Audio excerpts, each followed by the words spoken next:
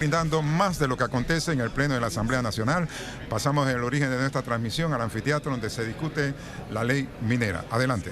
1.500 metros de altura es prácticamente la elevación de Boquete o el pueblo de Volcán, Chiriquí. Entonces, se imaginan, las condiciones son muy diferentes a las de acá de la ciudad de Panamá. Al punto de que esa montaña tan alta, rodeada de tierras bajas, se ha convertido en un epicentro de endemismo. No solamente que hay una especie endémica, sino que es un epicentro. En inglés dicen hotspot, o sea, porque es un punto caliente en donde hay muchas especies endémicas que a través del tiempo han evolucionado exclusivamente en ese parche de bosque, prácticamente 5 kilómetros cuadrados, y empezamos a encontrarlas cuando fuimos en el 2004 a ver estas especies de aves muy raras, especies de ranitas muy interesantes. Y a la vez, lastimosamente, nos percatábamos como los lugareños, practicando su tradicional tala y roza, que es lo que han hecho históricamente, y nadie los critica por eso, pero nosotros nos sentimos tan preocupados, tan desesperados en ver cómo este microhábitat tan interesante estaba siendo destruido de un día para otro, al punto tal que llegamos a comprarle a algunos campesinos algunas parcelas de bosques para su conservación. Y así es que surge entonces la asociación Adopta el Bosque de Panamá, que hemos empezado a adoptar ciertas parcelas que no tienen ningún tipo de protección legal por la legislación panameña, no son parques nacionales ni áreas protegidas, sin embargo tienen tal potencial de especies que vale la pena cuidarlas. Entonces, ¿a qué vale esto? Hay ciertas especies, y lo más preocupante, que aplican algunas de esta analogía al caso de la región de Donoso, porque he escuchado hablar de algunos colegas incluso decir, no se preocupen que van a destruir 5.000 hectáreas porque vamos a reforestar 20.000 en otro lado o alrededor. Lo importante que quisiera que ustedes asimilen es que no es igual sembrar en el macizo montañoso, bueno, va a estar complicado porque ahora es un hueco, no debemos sembrarlo ni en alrededor, que son más bajos, ni en Punta Burica, ni en Darién, porque es un ecosistema totalmente distinto y contiene, por tanto, diferentes especies de plantas y animales. Así que es clave, entonces, entender por qué debemos conservar estos ecosistemas específicamente. De hecho, quisiera mencionar, bueno, yo traía aquí una lista, de eso se presentó incluso en la comisión, una lista de especies, y de hecho se les agradece a la minera que en parte patrocinó estos estudios, ¿verdad? Pero se detectaron una cantidad importante de especies que están en categoría de conservación a nivel nacional, ¿verdad? Obviamente el águila arpía, el jaguar, ¿verdad? El tapir, pero algunas de estas especies, empezando por el tapir, están amenazadas a nivel mundial. Hay una lista que se llama The Red List of Endangered Species de la UICN, que es la lista roja de especies que identifica estas especies cuyas poblaciones están disminuyendo a tal velocidad que es imperioso tomar medidas para su conservación. Y usted dirá, ¿y eso qué me importa? Que hay una especie que sea endangered, critically endangered, threatened, vulnerable, en peligro de extinción, en peligro crítico de extinción. Bueno, en países de primer mundo como Estados Unidos, que decimos que Estados Unidos es un país capitalista, con el solo hecho que en un estudio de impacto ambiental aparezca que hay una especie amenazada, es suficiente justificación para suspender esa obra. Se han suspendido carreteras hidroeléctricas por el mero hecho de que apareció un murciélaguito en un parque eólico o que apareció un pequeño pececito en una quebrada y van a represarla, por una pequeña araña en una carretera. Por el hecho que apareciera ese animalito, ya suspendían esa obra, porque ese es el objetivo de estas listas de especies en peligro. Si no, ¿cuál es el objetivo, no? Entonces, en el área de concesión, se han encontrado una lista, y no se las voy a leer para no aburrirlos, pero una cantidad de especies, bueno, traje un par de ilustraciones acá.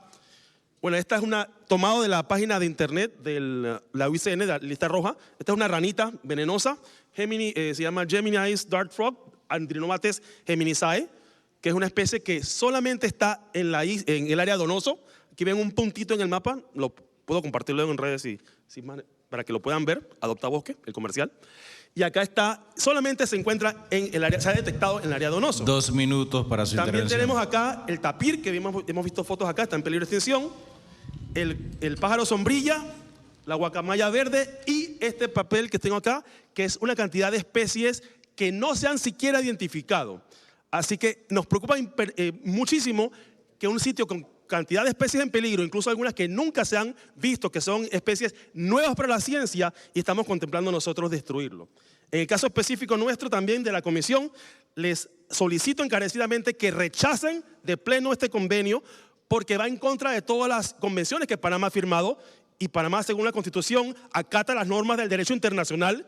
Hemos firmado convenio de biodiversidad, convenio de especies migratorias, convenio de París. Tenemos ahora recientemente el excelentísimo señor presidente firmó un par de legislaciones muy interesantes. Incluso este mes firmaron una ley que me pareció interesante, que dice que los estudiantes graduandos están obligados a sembrar cada uno 5 árboles. Brillante. Me fascinó. Pero me preocupa y me duele porque me cuesta a mí un mundo sembrar una parcela de 1 hectárea con estudiantes, sin estudiantes, con voluntarios. Nos cuesta un mundo de dinero. Y acá alegremente nos vamos a dedicar a destruir miles y miles de hectáreas. Por esa razón les solicito, señores, aquí hay demasiado en juego. Estamos hablando no solamente de biodiversidad. De hecho, no deberíamos estar siquiera aquí, deberíamos estar en la Comisión de Ambiente, que es donde se tratan temas ambientales, con la trascendencia que estamos hablando, o en la Comisión de Desarrollo, o en la Comisión de Gobierno, que estamos hablando de cielo, componente marítimo, etc. Así que, por favor, rechacen esto y ojalá tuviéramos esta discusión en otro escenario. Muchísimas gracias. Gracias a usted, Magíster. Guido Berguido, siguiente participante, señor secretario ad hoc. Siguiente participante, Nelva Reyes. Siguiente participante, Nelva Reyes.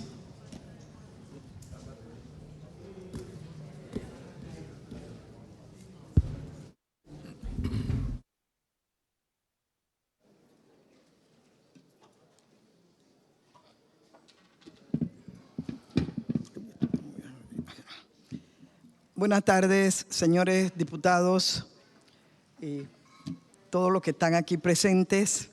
Antes de iniciar mi intervención, yo quiero señalar una cuestión de un derecho humano fundamental. Estamos aquí desde las 9, 10 de la mañana y no se ha parado. Las personas que están aquí no han podido ir a almorzar porque uno no quiere perder las intervenciones de los compañeros. Yo creo, señores diputados, que es una necesidad que haya el tiempo perentorio para que las personas puedan ir a comer. Sencillamente eso, es un derecho humano elemental. Quiero comenzar con una frase de Mateo Iturralde. Yo no vendo a mi patria. Dicha a comienzo del siglo XX, pero que se hace hoy más presente, bueno, se hace tan presente como ayer. Y queremos señalar algunas cosas de lo que escuchamos en el día de ayer. La lucha del pueblo panameño, de las organizaciones, de los estudiantes, de los trabajadores y trabajadoras en el siglo XX fue una lucha muy rica en defensa de la soberanía nacional. Fueron aquellas luchas de 1947, la de 1959 que hoy relataba el compañero del Cuco, cuando Andrés Galván, con aquella marcha de hambre y desesperación, llegó a la asamblea y se tomaron la asamblea y comenzaron ellos a dirigir la asamblea.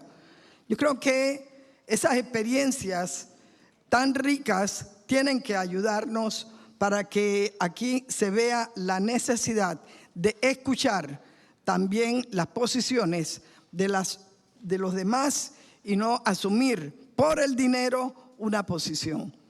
Dentro de esto también está la lucha del 64 con el 9 de enero, lucha hecha por el movimiento estudiantil que ya venía conformado en la Federación de Estudiantes de Panamá de 1943. Esa lucha del movimiento estudiantil del 64 por la soberanía y con una consigna que unió también a todo el pueblo panameño, bases no. Entonces hoy tenemos nosotros una minera o la First Quantum que viene y que trata y que ha impuesto aquí o está tratando de imponernos un contrato totalmente leonino a los intereses del país, a los intereses del pueblo panameño. Vamos a señalar algunas de las concesiones que se le hace a esta Fair Quantum en el contrato. Dice, la presente concesión se otorga con los fines de explorar, extraer, explicar, beneficiar, procesar, refinar, transportar, vender, comercializar el mineral metálico, cobre y sus minerales asociados, y para tales fines la concesionaria pondrá sujeto a las autorizaciones correspondientes ejercer todos los derechos que el Estado le otorga a este contrato, incluyendo, sin limitarse, a diseñar, construir, operar, mantener, expandir toda clase de obra de infraestructura y minerales, incluyendo facilidades, plantas de procesamiento del cobre y separación para los procesamientos asociados. Este contrato tendrá una duración de 20 años a partir del 22 de diciembre de 2021 y podrá tener una prórroga de 20 años más. Facultades y derechos de la concesionaria. El Estado otorga a la concesionaria para los efectos del desarrollo, apertura y expansión del proyecto, entre muchos otros. Estos derechos que le otorga a la concesionaria están los siguientes. Son 21 derechos que se le otorga. Dice, derecho dentro del área de la concesión a investigaciones geológicas respecto a los minerales a los que hace referencia la cláusula primera del contrato, o sea, todas las concesiones que le dan.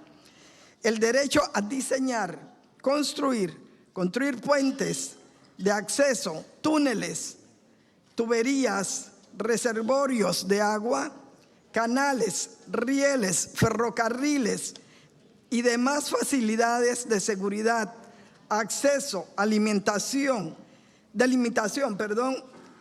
cercado o medios de transporte y cualesquiera otras instalaciones y facilidades que se le dan. Si hay alguna similitud con lo que aquí teníamos con la zona del canal, ustedes pueden sacar sus propias conclusiones. Por motivos de seguridad, dicen, relacionada a actividades características de las operaciones mineras, tales como voladuras y uso de explosivos o la generación y transmisión de energía, la concesionaria tendrá el derecho de solicitar a la Autoridad de Aeronáutica Civil que emita restricciones de vuelos temporales o permanentes a terceros sobre el área de la concesión hasta 3.000 metros de altura sobre el nivel del mar, sin perjuicio de las actividades de fiscalización y supervisión ejercida por las autoridades competentes previa notificación y coordinación con la concesionaria. Todo tiene que ir autorizado por la concesionaria.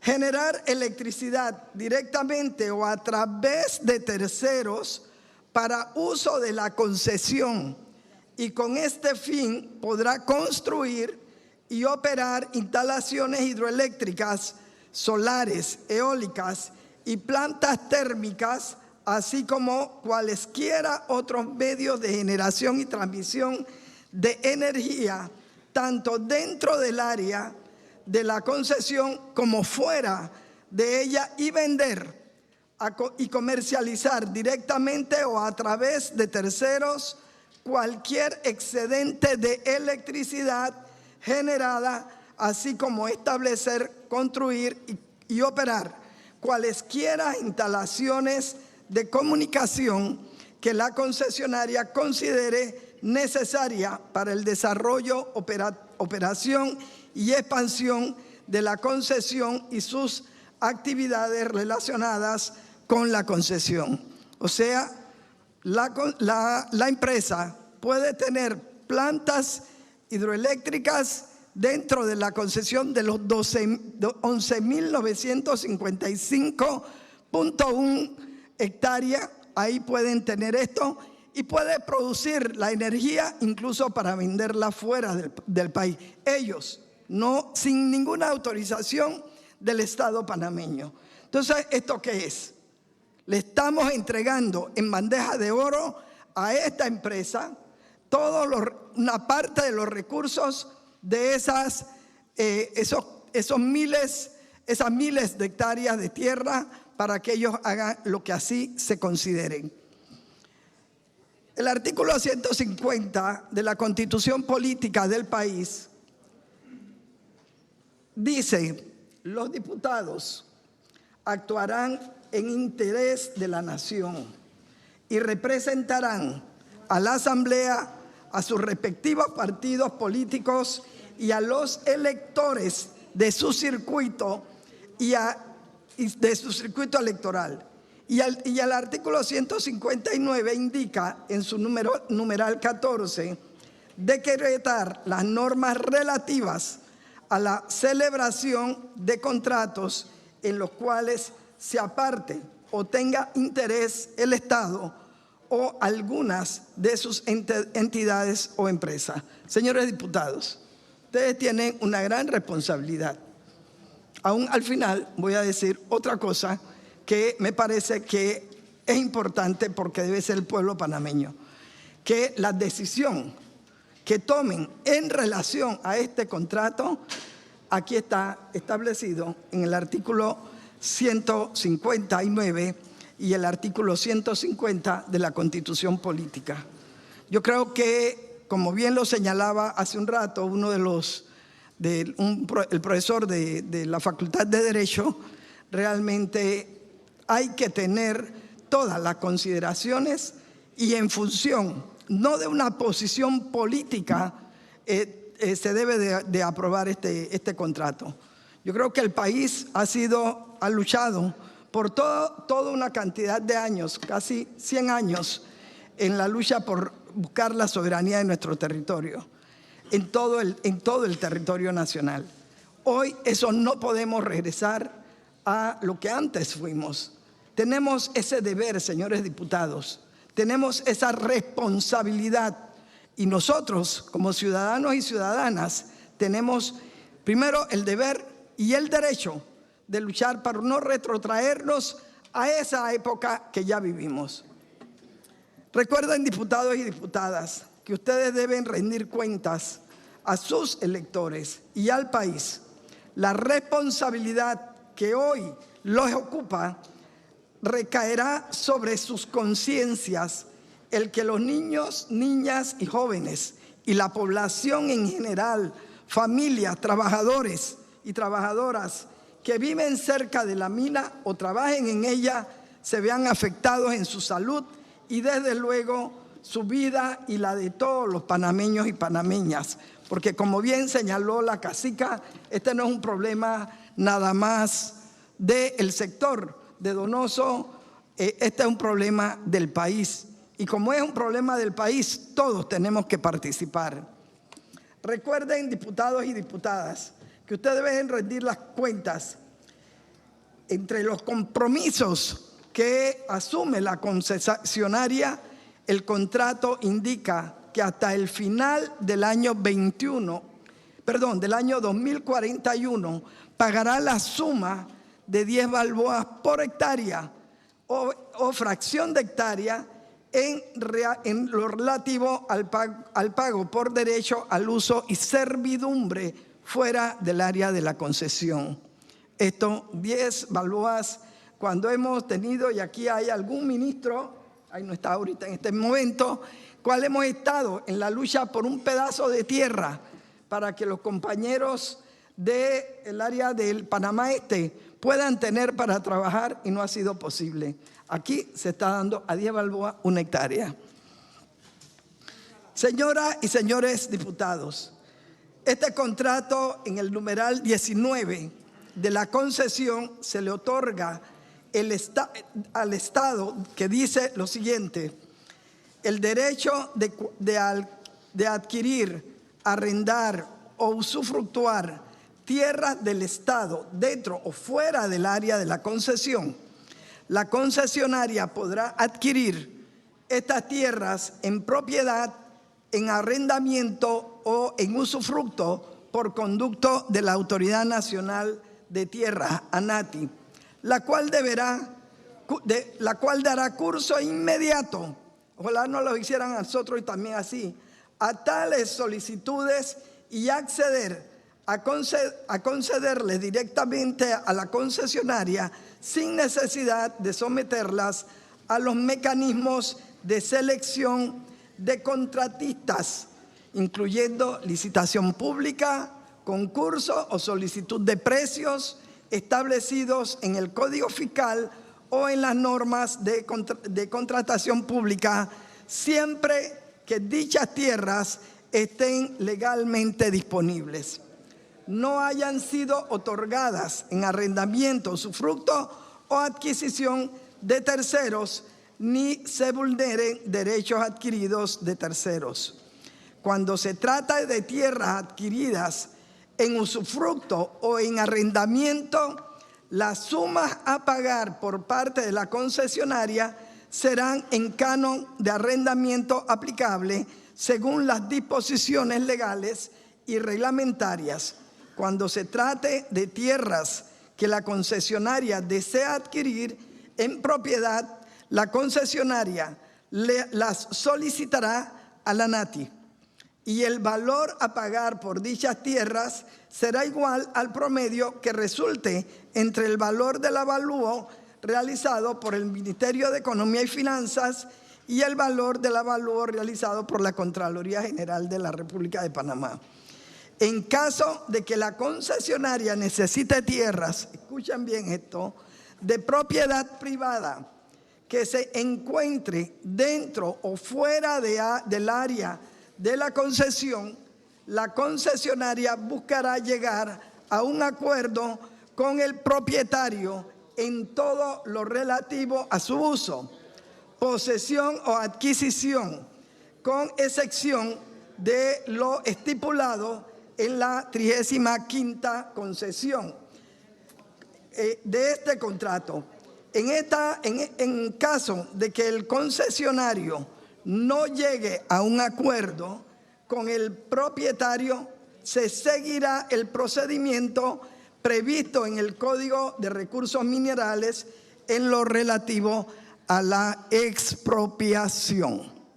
Miren lo que dice, o sea, le pueden expropiar a la persona si no hay un acuerdo en la tierra o el pedazo de tierra que ella tiene. Y hemos visto aquí, cuando intervino el compañero de Donoso, señalar de que no se ha titulado, no se ha dado ningún proceso de titulación en el área, promesa que se hizo al inicio del gobierno y que hoy eso no se ha dado. Yo creo que hay varias cosas que debemos plantear, pero hay una que es fundamental. Este contrato no debe de pasar. Este contrato no puede que 71 diputados decidan la suerte de la nación panameña. Por ello planteamos desde la Central General Autónoma de Trabajadores de Panamá, en calidad de secretaria general, que se lleve o se vaya hacia un referéndum. Y digo referéndum porque el referéndum al final debe de hacerse lo que el soberano ha decidido. Entonces, planteamos que esto no sea una decisión de la Asamblea de Diputados, sea una decisión a través de un referéndum que busque realmente si estamos a favor de un contrato como este o no estamos a favor de un contrato como este.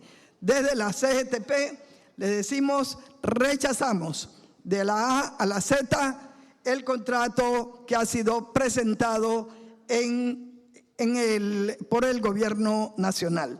Muchas gracias. Gracias a usted, señora Nelva Reyes.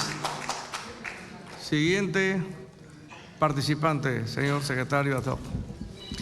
Siguiente participante, Santander Tristán. Siguiente participante, Santander Tristán.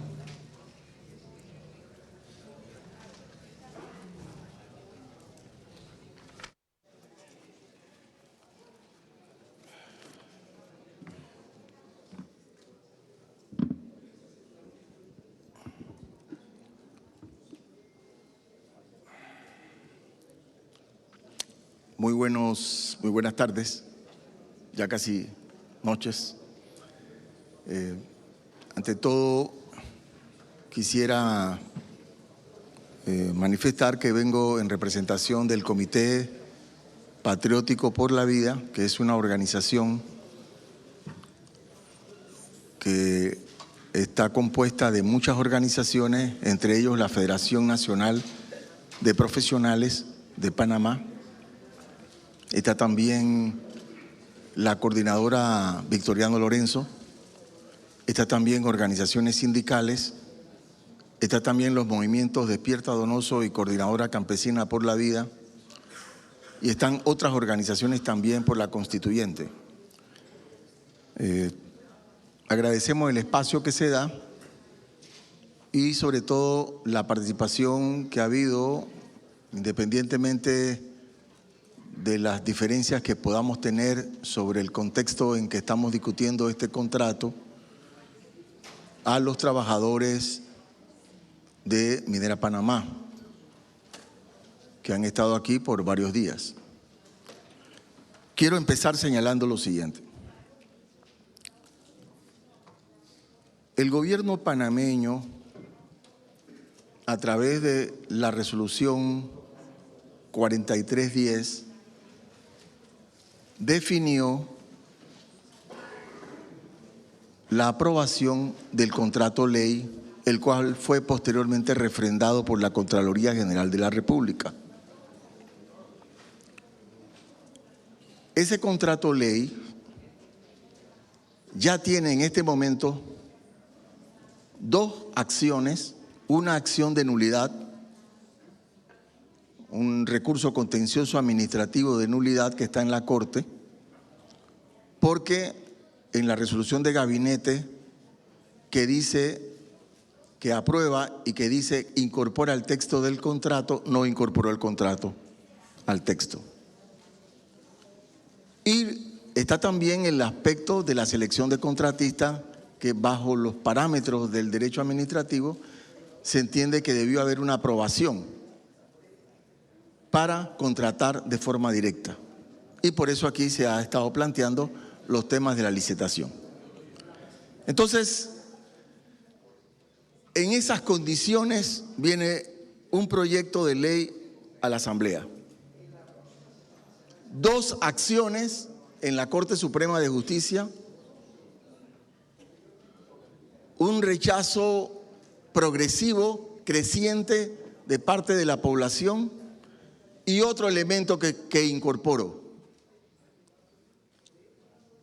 También el gobierno decidió, qué lástima que no está el ministro de Comercio, decidió que no va a haber consulta pública bajo el criterio del derecho a la información que nosotros conocemos en el derecho internacional y que ya es parte de la jurisprudencia panameña. Y no hubo consulta y se señaló que las opiniones que tuviesen no serían vinculantes, es decir, no se tomarían en cuenta. Salvo la reunión que hubo en Caimito y la reunión que hubo en Coclecito, No recuerdo otra más que haya habido de parte del gobierno. En la pintada, efectivamente pudo haber sido la pintada con el diputado Carles. Pero eso no es consulta nacional, eso no es un debate nacional.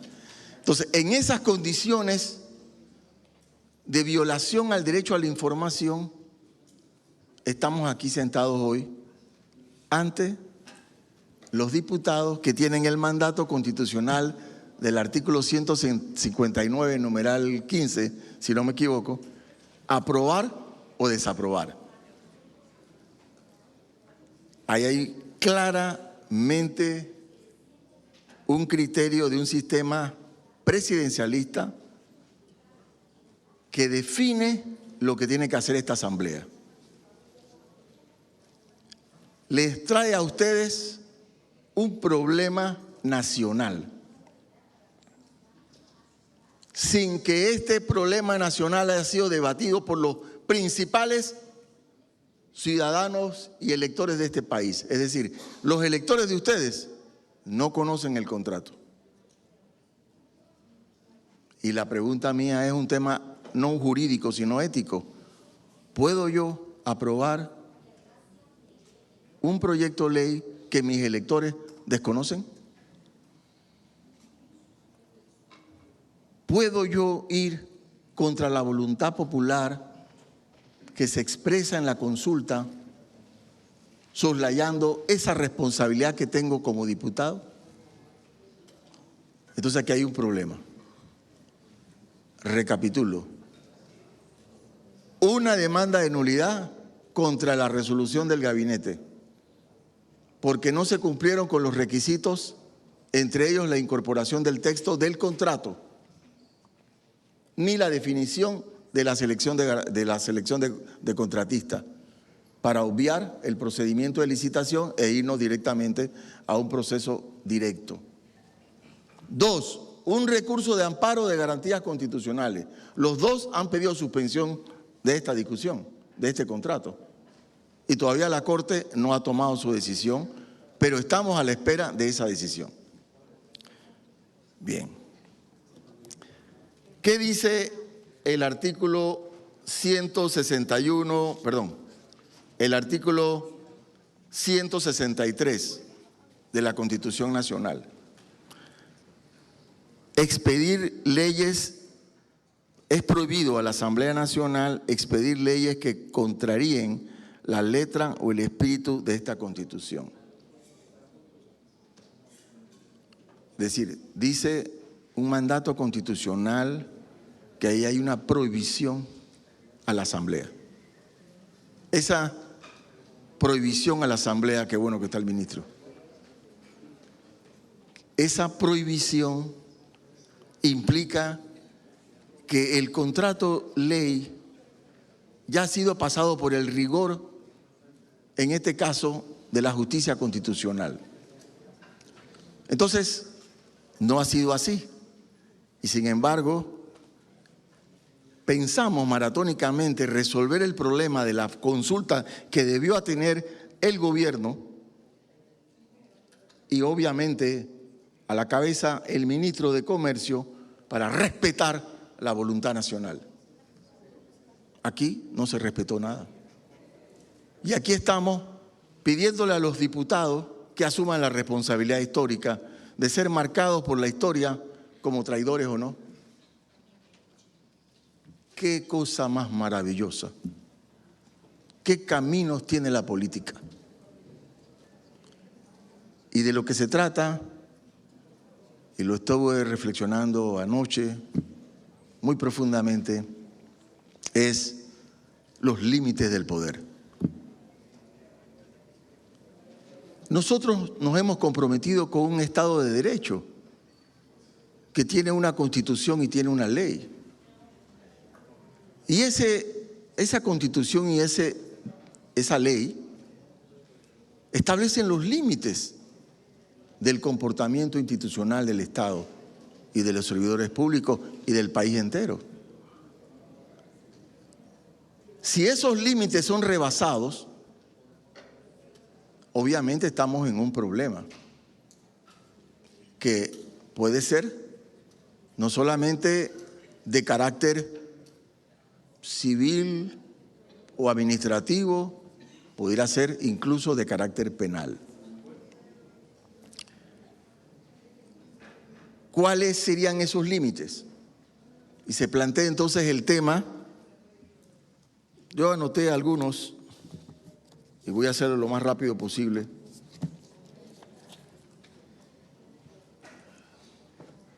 Yo planteé el tema del derecho a la información, lo puse de primero.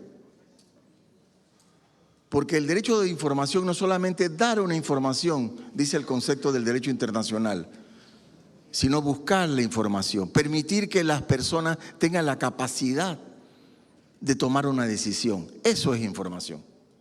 Eso es el derecho de la información, desde el punto de vista constitucional y desde el punto de vista internacional. Eso se soslayó y el gobierno dijo directamente a través de su resolución: no tomo en cuenta las opiniones. Y por eso que aquí la alcaldesa de Donoso viene a pedir que ustedes le aumenten el 25%. Y por eso la cacica viene y se sienta aquí y dice: vengo a pedir que se apruebe la resolución 169. El tema del derecho a la propiedad ya ha sido explicado. Tengo aquí en mi mano el Código Agrario que tuve la oportunidad de coordinar cuando se elaboró este código. Bien lo dijo la licenciada Nelva. Artículo 3, numeral 19. Ahí está en el contrato. Facultades sobre la propiedad. Este es un sistema del capital basado en la propiedad. Aquí el que toca la propiedad, toca la vida. Y el contrato dice que tiene las facultades para adquirir dentro de la concesión y fuera de la concesión. Pero, ¿cómo se extendió esa facultad? Ya sabemos con todos esos temas de la soberanía aérea, del tema de las hidroeléctricas que pueden hacer, de los comercios, de todas las actividades que pueden realizar dentro de la concesión y fuera de la concesión. Pero ¿qué es lo más grave? Que lo dijo aquí el campesino Amado Valdés en su palabra de humilde campesino. No tienen título. La mayoría de los comuneros de la región de Donoso no tienen título. Ellos no son parte del contrato. Pero es que, decía Amado, no nos consultaron, porque si nos hubiesen consultado, le hubiéramos dicho que el artículo 150 del Código Agrario sí habla de la posesión agraria como un derecho de dominio. Pero que aquí, en este contrato, fue soslayado. Y recuerdo perfectamente a través de la televisión cuando el ministro Alfaro le decía a aquel campesino en Coclecito: bueno, pero tiene todo el derecho de poder vender. Pero si él no quiere vender, la pregunta se quedó sin respuesta, porque la respuesta la dio el Código de Recursos Minerales. Lo expropiamos. El derecho de propiedad, aquí afectado por este contrato, en todas sus manifestaciones del derecho real, porque la posesión es un derecho real. Entonces,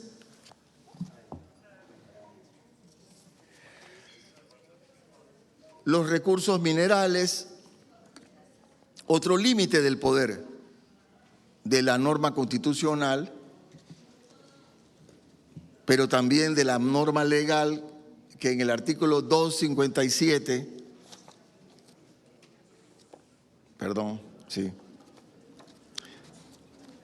dice en su artículo 4, no podrán obtener concesiones mineras ni ejercerlas o disfrutarlas ninguno de los que a continuación se mencionan, los gobiernos o estados extranjeros, ni ninguna entidad o institución oficial o semioficial extranjera. Pero, ¿por qué dice esto Santander si el contrato es con Minera Panamá? No es con First Quantum. La estructura accionaria de First Quantum no tiene nada que ver con Minera Panamá. Bueno, no tiene nada que ver desde el punto de vista formal del derecho interno, pero sí desde el punto de vista de la política, del control financiero. Y ahí hay una preocupación que el Estado panameño debería tener. ¿Y qué ocurre? Minera Panamá se registra por los mecanismos del derecho interno. De manera tal, mis queridos colegas, que el día de mañana, en un juicio de quiebra, Minera Panamá se retira del mercado porque no prosperó su actividad y su inversión, o simplemente delegó o la traspasó a un afiliado. Es decir, nosotros estamos, señores, y en eso me refiero directamente a los trabajadores mineros de la mina, estamos celebrando un contrato con una empresa afiliada. Y en el derecho internacional privado ya se sabe las acciones que han habido de empresas transnacionales que se han aprovechado de situaciones locales para emigrar y no asumir responsabilidades. Entonces, ¿cómo es posible que hayamos llegado hasta ese nivel en la cual no hay, en definitiva, una fuerza del Estado panameño? Entonces, me gustó una conversación que tuve con una trabajadora de la minera Panamá, porque el sentimiento que hay entre los trabajadores mineros me duele mucho, pero es la realidad. Estamos frente a un Estado débil, a un Estado frágil,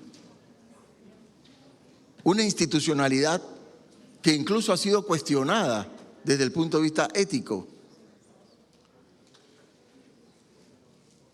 Es más, la comisión especial que se creó por parte del Estado, maravillosas personas.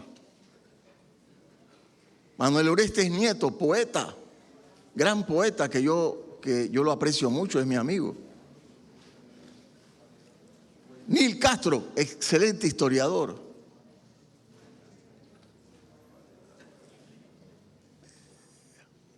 Adolfo Humada, abogado.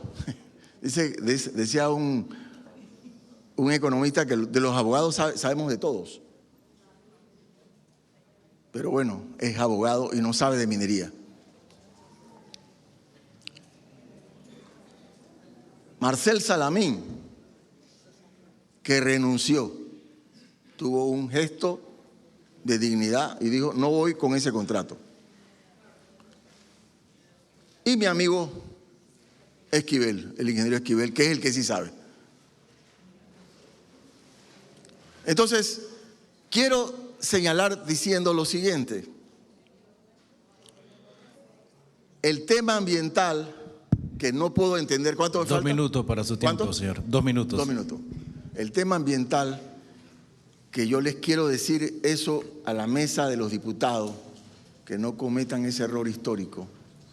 Resulta ser que este contrato va a rehabilitar el estudio de impacto ambiental de 2011.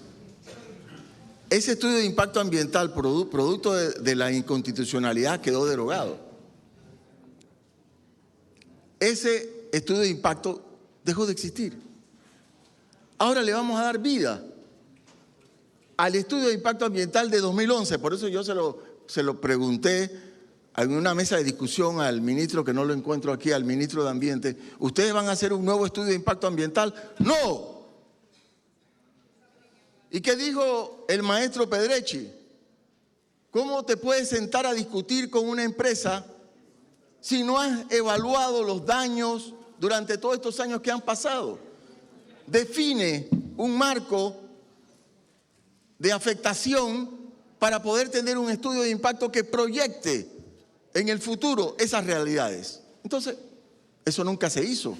Estamos negociando, señores, con una venda en los ojos y demostrando que nuestro Estado es un Estado arrodillado, genuflexo, que no tiene capacidad, que no tiene fuerza.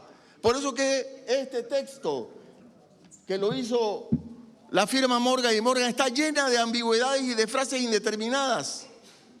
¿Y por qué razón? Porque cuando vamos a los temas de interpretación, al final la interpretación que se impone es el del más fuerte. Entonces, por dignidad, señores diputados, por dignidad,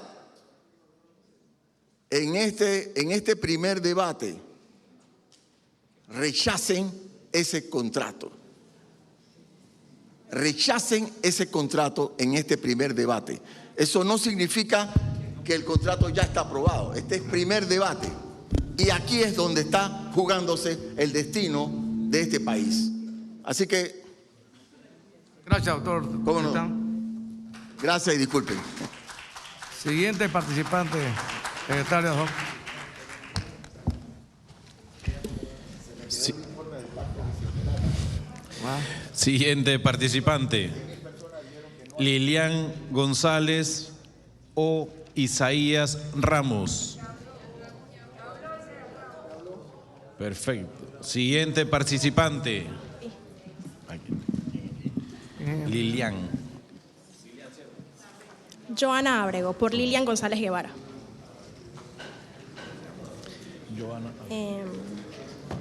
Me avisan cuando empiezo. ¿Ok? Muy buenas noches. Mi nombre es Joana Ábrego. Soy abogada, licenciada en Derecho por la Universidad de Panamá y tengo una maestría en Derecho Ambiental Internacional. Soy gerente legal del Centro de Incidencia Ambiental de Panamá, la organización demandante del contrato minero de 1997, y soy miembro del movimiento Panamá Vale Más y Minería. Yo quiero referirme hoy a 3 temas fundamentales y hago la advertencia de que son 3 temas fuera del contrato minero, porque a diferencia de algunas intervenciones que hemos escuchado, yo sí considero que es supremamente importante evaluar varios aspectos que escapan al texto preciso de las cláusulas que han sido propuestas a la Asamblea Nacional para su aprobación. Y me voy a referir a 3 de ellos. El primero de ellos es si este proceso de negociación y aprobación de este contrato es o no inconstitucional. Supremamente importante, y nosotros respondemos que no lo es. La segunda pregunta es: ¿esta empresa Minera Panamá apta para recibir del Estado panameño una nueva concesión para la explotación de este proyecto? Respondemos igualmente que no lo es. Y por último, exploramos las implicaciones que tendría la aprobación de este contrato. Y a eso decimos que las consecuencias, las implicaciones serían nefastas. Comienzo por la primera de ellas.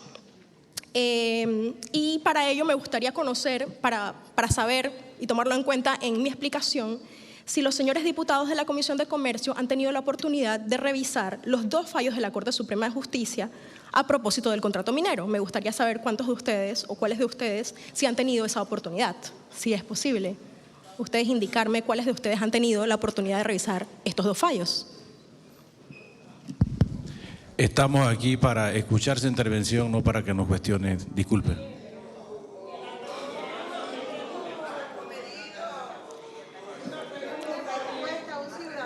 Diputado, es para saber qué tanto debo explicar del contenido del fallo. No me parece desproporcionado, pero tomo su respuesta. Continúe. Tomo su respuesta. Muchas gracias. Le invitaría, en caso de que no hayan leído los 2 pronunciamientos, les pediría por favor revisarlo a profundidad.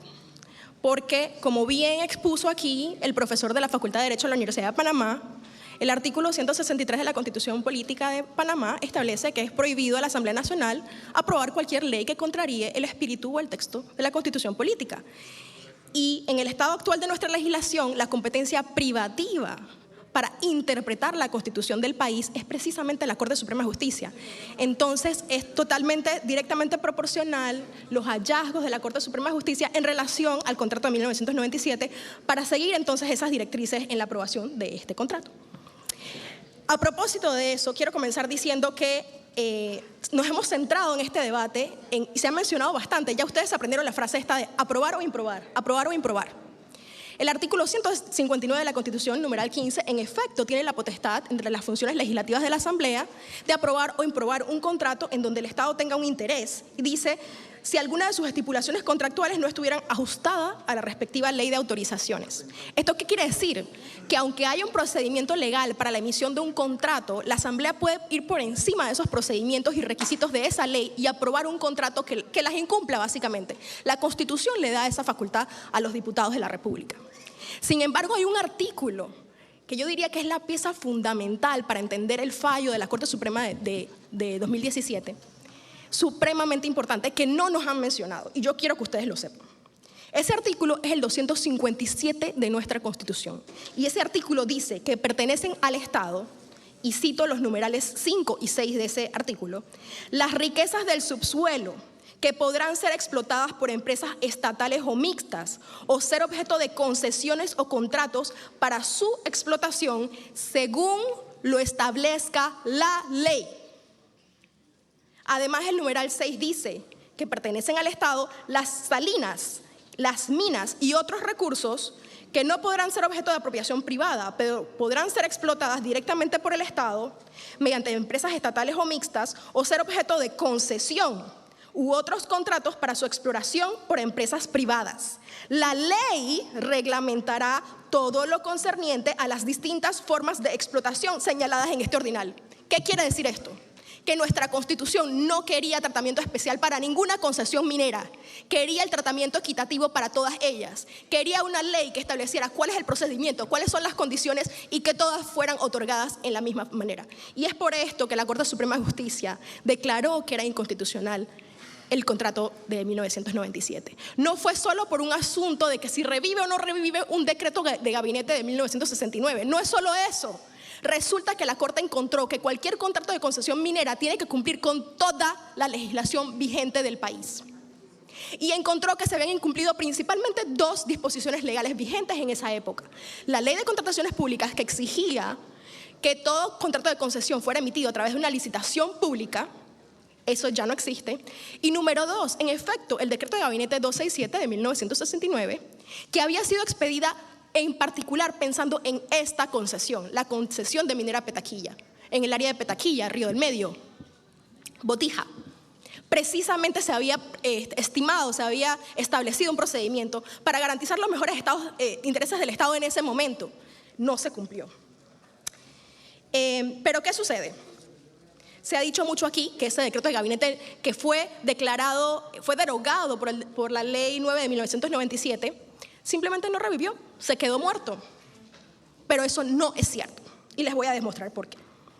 La Corte Suprema de Justicia, volvamos a la Corte Suprema de Justicia por favor, ha establecido en 6 fallos consecutivos desde 1993, no fue ayer que se lo inventaron, desde 1993, que toda norma que derogue otra y sea declarada inconstitucional, la norma derogada vuelve a la vida. Y voy a citar la ponencia del magistrado Arturo Hoyos en 1993. Dice, el fenómeno de la reviviscencia de una ley derogada, es decir, la recuperación de la vigencia de una ley derogada, solo está regulada por nuestro sistema jurídico cuando se produce la derogación, no la inconstitucionalidad. Ustedes escucharon aquí algunos asesores de Minera Panamá estableciendo que ese decreto de gabinete no revivía porque el Código Civil así lo establece. Pues infórmense que el Código Civil lo que regula es qué pasa cuando una norma que deroga otra es a su vez derogada.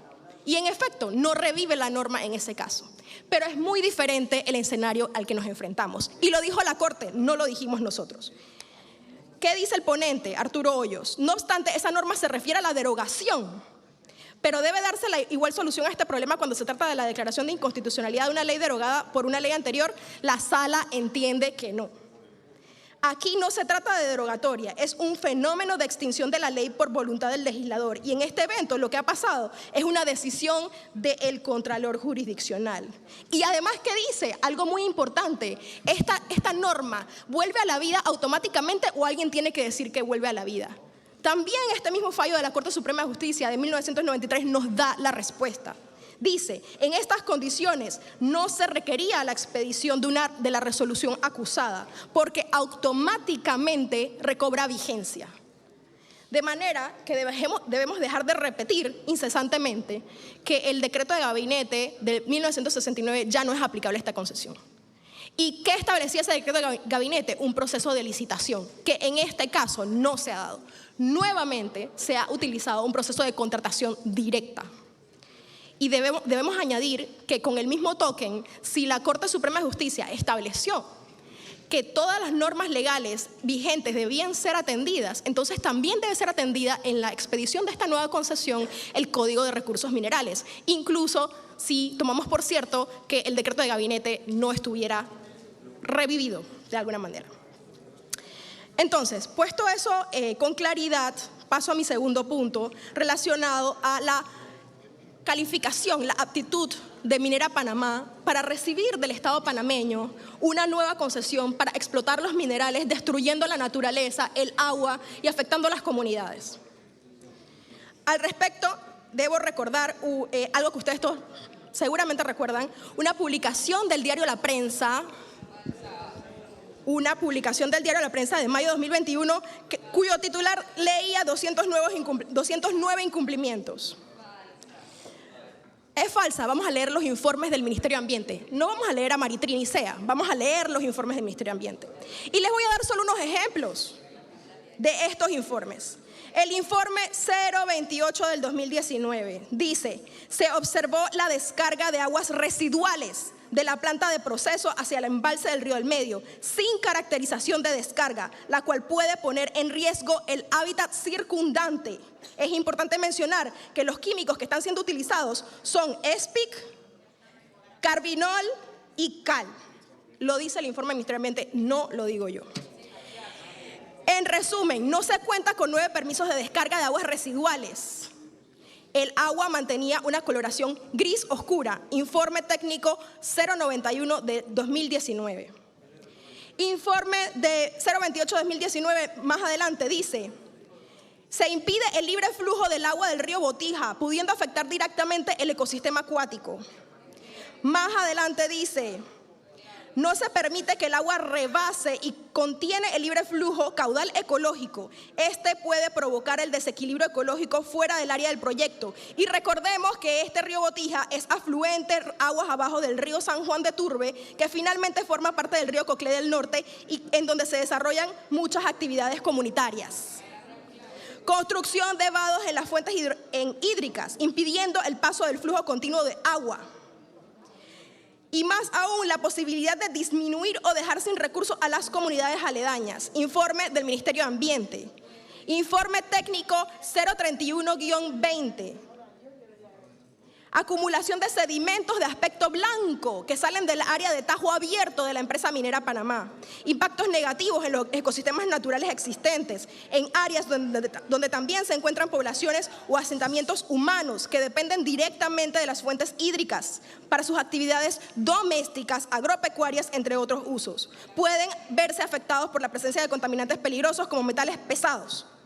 Se observaron especies de peces muertos en el cauce de dichas fuentes y una coloración turquesa en dicho río.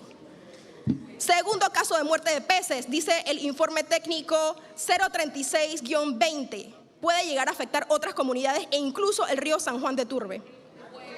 Todos estos hallazgos no están puestos en la boca del Movimiento Panamá Vale Más Sin Minería ni del Centro de Incidencia Ambiental. Son informes del Ministerio de Ambiente.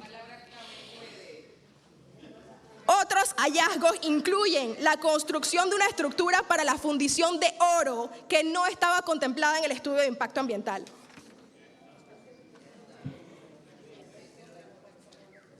hectáreas adicionales a las autorizadas por el Ministerio de Ambiente. Y así la lista sigue y sigue y sigue. Y por supuesto, sí, estos son lo que se llama técnicamente hallazgos de incumplimiento. ¿Qué pasa con un hallazgo de incumplimiento? Debe ser sometido a un proceso sancionatorio por parte del Ministerio de Ambiente en donde haya la oportunidad del contradictorio, en donde la empresa muestre las pruebas de que los hallazgos del informe no son precisos. Pero ¿qué ha sucedido sistemáticamente en estos procesos? Y yo le urjo, le pido a los diputados que le hagan esta pregunta al ministro de Ambiente cuando sea el momento. Pregúntele, señor ministro, ¿cuál ha sido la conducta procesal de Minera Panamá en estos procesos sancionatorios? Díganos cuánto tiempo le tomó notificarlos. Díganos cuántos recursos interpusieron contra cada una de las etapas procesales. Llegaron hasta la Corte Suprema de Justicia simplemente para que no se abriera un proceso sancionatorio. ¿Qué clase de conducta responsable? ¿Qué clase de minería responsable es no enfrentar los cargos que les está haciendo el Ministerio de Ambiente competente para ese caso? Voy a añadir algo más que a veces se nos olvida. El texto único de la Ley General de Ambiente establece cuáles son las sanciones para cuando hay infracciones del estudio de impacto ambiental. ¿Y saben qué dice? ¿Saben qué dice?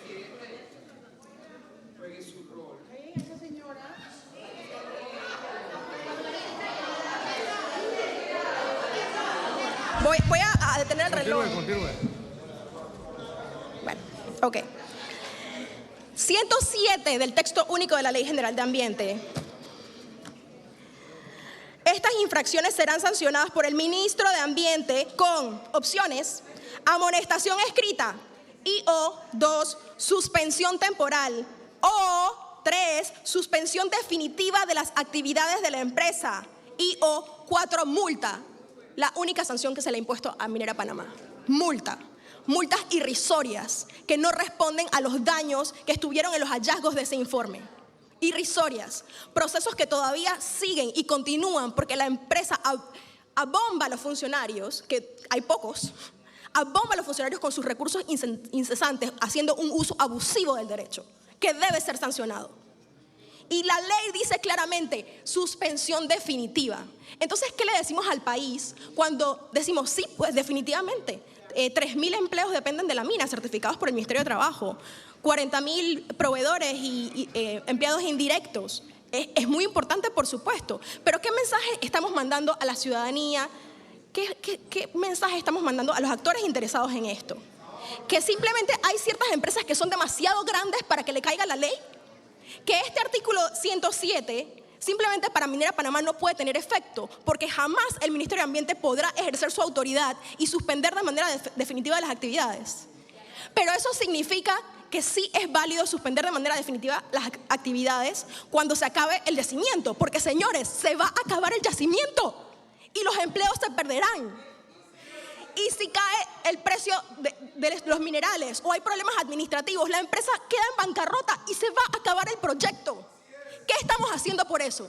¿Qué estamos planificando para ese escenario? Pero no, Panamá no puede como país soberano, con autoridades fuertes y competentes, ejercer su autoridad y cerrar un proyecto por malos manejos ambientales para proteger no solo el ambiente, donde cada especie tiene un derecho, una dignidad, derecho a subsistir, no a ser extinguidos, como nos explicaba el biólogo. No tiene derecho a ser extinguido, no. O a proteger la salud de las comunidades. No, el Estado panameño no tiene derecho, porque eso no es seguridad jurídica. Eso no es seguridad jurídica. Ajá. Claro. Ok. Entonces, para terminar, ¿cuáles son las implicaciones? Por favor, dejemos que termine la exposición la licenciada Ábrego, por favor. Gracias, diputado. ¿Cuáles son las implicaciones de la aprobación de este contrato? El considerando del contrato establece que el contrato será el marco de referencia para el establecimiento de concesiones futuras. ¿Qué significa eso? Que este contrato le aumenta, le intensifica el riesgo a todo el país de caer en proyectos minerales iguales o peores que el de Minera Panamá. No, este no es un asunto de Colón, es un asunto de todo el país. Ya llegaron a la comarca Nuevo Buglé a preguntarle a los líderes que se oponen a Cerro Colorado si el hecho de que la compensación ha sido ajustada, que pudieran recibir una compensación como la que está ofreciendo Minera Panamá, cambia su visión sobre el proyecto de Cerro Colorado. Y eso va a pasar con todas las concesiones y solicitudes que tenemos a lo largo y ancho del país. ¿Sabes cuántas son? Lo dijo el licenciado Sergio Sánchez, le pusimos atención. 15 contratos de concesión existen en este país, no es solo Minera Panamá. 104 solicitudes a lo largo y ancho del país, que muchas de ellas desde los 90 pululan allí, no son rechazadas a pesar de estar en conflicto con áreas protegidas, comunidades. Sí felicito al señor ministro anterior, Ramón Martínez, que inició algún proceso de depuración, por lo menos de las solicitudes. Pero ese proceso tiene que continuar, no podemos tener esa espada de Damocles 2 minutos en nuestro, para que culmine su cuello. intervención. Muchas gracias, sí. Entonces, ¿cuál es el mensaje que estamos mandando? Que el dictamen del máximo órgano de justicia de este país simplemente no importa porque decidimos ya que una contratación directa es perfectamente válida y que podemos continuar con este contrato. Yo creo que este país se merece algo mejor. ¿Cuál es la alternativa? Hacemos un llamado a nivel nacional para exigir de esta asamblea la aprobación de una moratoria minera ya. Y no le pusimos esa tarea solo a los diputados, hemos hecho el ejercicio de hacer un proyecto de ley y lo hemos presentado en 2 ocasiones, la más reciente en julio de este año. Va a estar prontamente pendiente de prohijamiento de esta misma comisión. Y le exigimos al país que a su vez le demande a los diputados que prohíjen y aprueben la moratoria minera a nivel nacional. Y tengo unos datos curiosos aquí. Diputado Roberto Ábrego, en su circuito, en su provincia, en Panamá Oeste, hay una concesión minera de 12.000 hectáreas, es decir, un proyecto de la misma extensión que Minera Panamá, de la compañía Cioro S.A., y hay 4 solicitudes pendientes. Diputado Alba, en Veraguas, 4 concesiones diferentes, 37 solicitudes pendientes. 37 solicitudes pendientes. Claro, no todas se convertirán en proyectos, pero esa es la amenaza que vive esta población. Diputado Nelson Jackson, creo que las conoce. 3 concesiones, una concesión, 12 solicitudes, incluyendo, además de Minera Panamá, el proyecto contiguo Broadway Minerals, que ya ha recibido todos los vistos buenos dentro del Ministerio de Comercio e Industria y se encuentra esperando una decisión para emitir un contrato. Exigimos que este país bello, de gente buena, mucha de ella que trabaja en la mina, por supuesto, nos han puesto pueblo contra pueblo, como lo decían aquí. Ustedes tienen derecho a un futuro mejor. Panamá vale más sin minería, moratoria minera ya. Licenciada Ábrego, se terminó su tiempo. Gracias.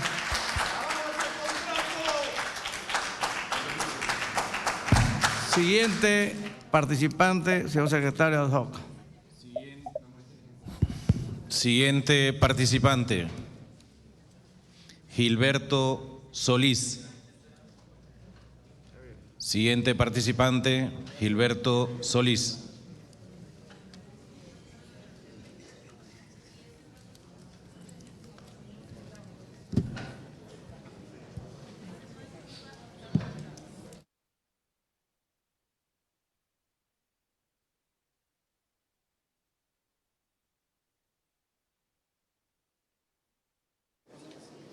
Sí, muy buenas noches, señor presidente, a todos los miembros de la comisión, a todos los trabajadores de la Minera Panamá y a todos los que nos encontramos aquí en la noche de hoy, dando nuestros diferentes puntos de vista frente a este contrato que ya ha sido muy bien explicado. Es un contrato lesivo, es un contrato que excede nuestra soberanía y es un contrato que atenta contra una serie de garantías fundamentales de todos los panameños. Yo creo que los diputados de la República, los honorables diputados de la República, tienen la valiosa oportunidad para enrumbar esta situación, porque lo que empieza mal regularmente termina mal. Este contrato está siguiendo el mismo camino del contrato anterior. Sin embargo, yo creo que aquí el cálculo político es que cuando se presente la demanda de inconstitucionalidad van a pasar 20 años, 25 años, 30 años y ya la minera se llevó lo que se tenía que llevar y a llorar a maternidad, como decimos en buen panameño. Ya tenemos la experiencia de lo que sucedió con el contrato anterior, en donde hubo un contubernio entre el Ejecutivo, el Legislativo y el Judicial, en donde hubo una serie de situaciones que dejan mucho que decir, cómo se genera el fallo, cómo alguien lo engavetó y cómo un par de años después lo publican en Gaceta Oficial casi que a la fuerza. Entonces aquí parece que el pueblo panameño tiene autoridades incompetentes y aquí parece que este contrato se negoció entre la empresa y la empresa, porque nuestras autoridades se arrodillaron totalmente a esta empresa, no han defendido los intereses del pueblo panameño. Y también quiero decir algo muy importante, porque mientras estamos aquí, allá afuera le están tirando bombas lacrimógenas a una cantidad considerable de ciudadanos que tienen el mismo derecho de estar aquí. Sin embargo, ahora hay una costumbre en esta asamblea, honorables diputados, señor presidente, ahora hay una costumbre que cada vez que hay un tema en la asamblea, cercan como si esto fuera una cárcel y no le permiten al pueblo participar en los debates. Esta es la casa del pueblo y al pueblo se le tiene que garantizar su espacio y su participación en todos los debates. Y yo he sido muy respetuoso y he escuchado todos estos días los que están a favor y los que están en contra, porque yo creo que cada uno tiene su razón, cada uno tiene sus motivos, pero yo creo que aquí el gobierno es el principal responsable de este contrato que a todas luces es inconstitucional y ya se ha explicado vastamente el porqué. Además, la propia resolución que emite el Consejo de Gabinete tiene una serie de situaciones que ponen en duda el camino legal de este contrato, y como abogado independiente, graduado orgullosamente de la Universidad de Panamá, yo me siento preocupado cuando aquí no se respeta la más mínima garantía del debido proceso en la elaboración de estos actos administrativos que después quedamos pagando, que después vienen las demandas, que después vienen todas las consecuencias. Y por eso yo no pierdo la esperanza, honorables diputados, que ustedes van a tomar una decisión pensando en el pueblo. Soy optimista. Yo sé que ustedes están heredando este contrato que ustedes no negociaron, pero les va a tocar a ustedes tomar la decisión. Y coincidimos con la profesora Nelva Reyes. Yo creo que aquí ninguno se puede atribuir la representación total del pueblo. Y como ninguno se puede atribuir la representación total del pueblo, yo creo que tenemos que ir a un referéndum que sea vinculante y que el pueblo panameño decida cuál va a ser el futuro con este contrato. Porque aquí nos dicen que Panamá decidió ser un país minero. Yo quiero saber a quién le preguntaron que Panamá iba a ser un país minero. A mí no me han preguntado y estoy seguro que a muchos de ustedes tampoco le han preguntado. Pero aquí se da por hecho, se asegura que Panamá es un país minero y hablan por nosotros y nos tienen una campaña sistemática en los medios de comunicación que uno no sabe dónde empieza la propaganda del gobierno y dónde empieza la propaganda de la empresa, y nos bombardean por redes sociales, por la televisión, por los periódicos, con dinero de todos los panameños. Entonces, yo creo que tenemos que tomar una decisión. Quiero ponderar la participación valiente del diputado Juan Diego Vázquez, que se ha parado firme en esta comisión y no se ha doblegado. No se ha doblegado, y sabemos que deben estar en una posición en la cual muchos no quisiéramos estar, porque tienen que estar los telefonazos, tienen que estar las presiones, tienen que estar los chantajes a la orden del día, porque además la empresa dice, si no se aprueba el contrato, no hay plata para el programa de invalidez, vejez y muerte, no hay plata para los pensionados. Vienen y crean todo un chantaje para que el contrato se apruebe. Y con chantaje yo creo que nadie puede negociar. Te tienen una pistola en la cabeza y te dicen vamos a negociar. ¿Cómo vamos a negociar si me estás respirando en la nuca?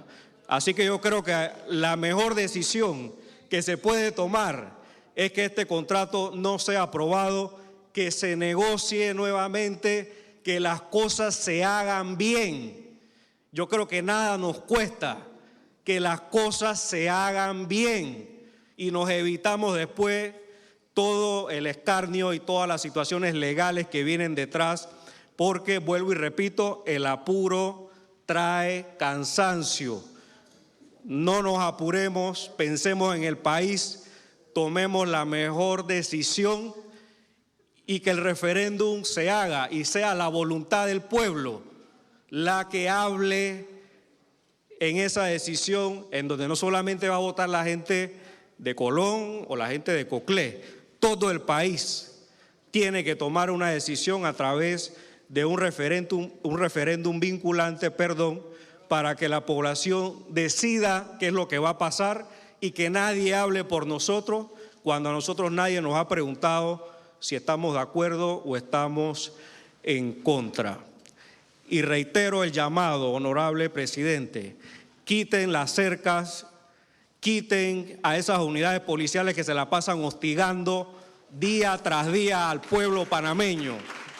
Hemos estado todos estos días allá afuera respirando bombas lacrimógenas y una serie de situaciones en donde la policía no sabemos a quién está cuidando, si a los manifestantes de la asamblea o a la asamblea de los manifestantes. Esa es una pregunta que tenemos.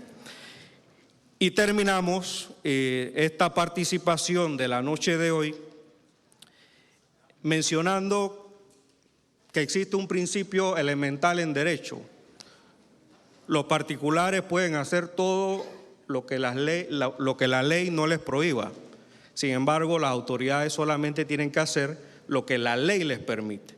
Y aquí, más que la ley, la Constitución habla claramente cuáles son las prohibiciones de la Asamblea Nacional, ya se ha explicado muy bien aquí, y una de esas prohibiciones es expedir leyes que vayan en contra de la letra y el espíritu de la Constitución. Y ya está demostrado que el contrato anterior, al igual que este, tanto en letra y en espíritu, va en contra de la Constitución. Entonces, para mí esto está claro como que 2 más 2 es 4. Finalmente, agradecer que nos hayan escuchado, que nos hayan permitido este debate democrático. Creo que es sano, muy sano, que se puedan dar las posiciones a favor y en contra. Y recordemos, como lo dijeron los mártires del 9 de enero, esta patria no se vende, esta patria se defiende. Muchas gracias. Gracias a usted, licenciado Gilberto Solís. Siguiente participante, secretario de ASO. No existen más participantes por el día de hoy, señor presidente. El señor Luis Frauca fue llamado el día de ayer. ¿Dónde están? Ya, llegamos al 129. Ya la señora me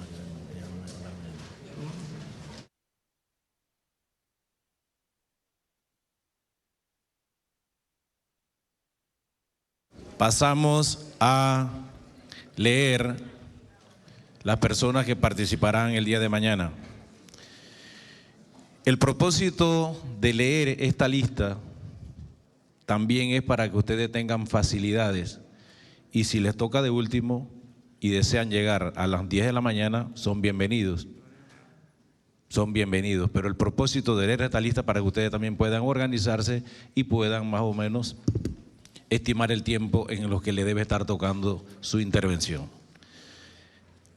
Empezamos con número 130, Maribel Gordón, José Ramiro López Guevara, Justin Batista e Ismael Valdés. Los dos nombres están en un solo recuadro. Doctor Fernando Gómez Arbeláez.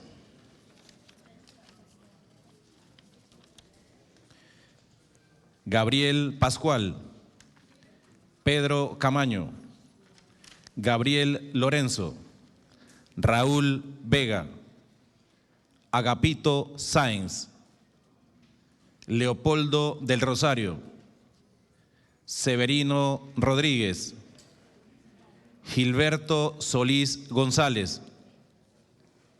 Raúl Reina. Fernando Gómez Álvarez. Víctor Becker. Antonio Saldaña. Abraham Tinoco. Roberto Ruiz. Lili Coster. Miguel Antonio Bernal. Roberto Hughes. Algis Cisneros. Luis Alberto Cogli. John Alonso. Gabriel Menache. Elder Calderón. Fanny Bonilla. Manuel Quintero. Javier Santibáñez, ya habló. Richard Morales. Natasha Díaz Prol. Yarelis Gómez y Kimberly Batista están en un solo recuadro. Ariel Corbetti. Leopoldo Enrique Santamaría. Ricardo Bermúdez. Elvia de Wirs y Emigdia Martínez en un solo recuadro. Michelle Núñez. Selma Moncada. Maritza Cedeño. Antonio Tofolón. Alfredo Pití Mejía. Kevin Quintero. Guillermo A. Cochés. Juan Antonio Jované de Puy. José Blas Álvaro. Dani Vázquez. Felipe Chong. Orlando Medina. Felipe Argote. Y número 179, Vanessa de Gracia. Estas son las personas, señor presidente, que mañana podrán, si Dios primero, hacer uso de la palabra. Gracias, señor secretario. Entonces, decretamos un receso hasta mañana a las 10 de la mañana. Sí, le agradezco la presencia a todos y que tengan una excelente noche. Les agradecemos por acompañarnos en la sesión del día de hoy. Se les reitera la invitación para el día de mañana a partir de las 10 de la mañana aquí en el auditorio Carlos Tití Alvarado, donde harán uso de la palabra las siguientes personas en la lista a partir del número 130. Que pasen todos muy buenas noches.